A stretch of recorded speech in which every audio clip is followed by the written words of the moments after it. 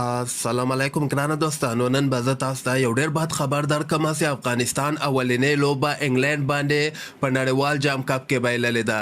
دغې لوبې ته که موږ راسو افغانستان بیټسمینانو ډېره خرابه لوبه ترسره کړله چې خاص کر حضرت الله زازي په 15 بالو باندې صرف 4 رنزه کړي دي او دغسې خپله وکټ یې له لاسه ورکړې ده.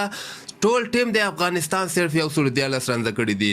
نو تاسو خپله فکر وکئ په نړیوال جام کپ دومره غټ سټیج کې 114 رنزه هغه انګلند غوندې ټیم ته چې ټارګټ ورکړي دغلته د افغانستان د لوبې فیصله وسوله. افغانستان دومره کم رنزونه انګلند باندې وکړل چې زازي صاحب په 15 بالو باندې 4 رنزه کړي دي. د زازي سفارش ډېر زیات مضبوطه تر څو پورې چې زازي ورک سوی نه افغانستان به همدغسې بایلاتو سره مخ کیږي. زازي نه علاوه ګوربز هم چندانې بیټینګ ونه کړ، صرف رنزه وکړل.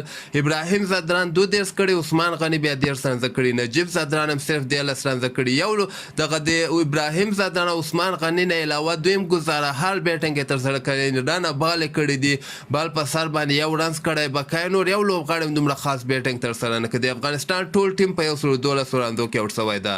که موږ د انګلند بالران وګورو، سیم کرن 15 د افغانستان لوبغاړي آوټ کړي، بین سټوک 2 لوبغاړي آوټ کړي، کریس ووکم 1 لوبغاړی آوټ کړی او مارک ووډ بیا 2 لوبغاړي آوټ کړي. خو بل طرف ته د انګلند بیټسمینان که تاسو وګورئ هغوی هم ډېر سلو روان ول، په احتیاط سره دوی لوبېدل.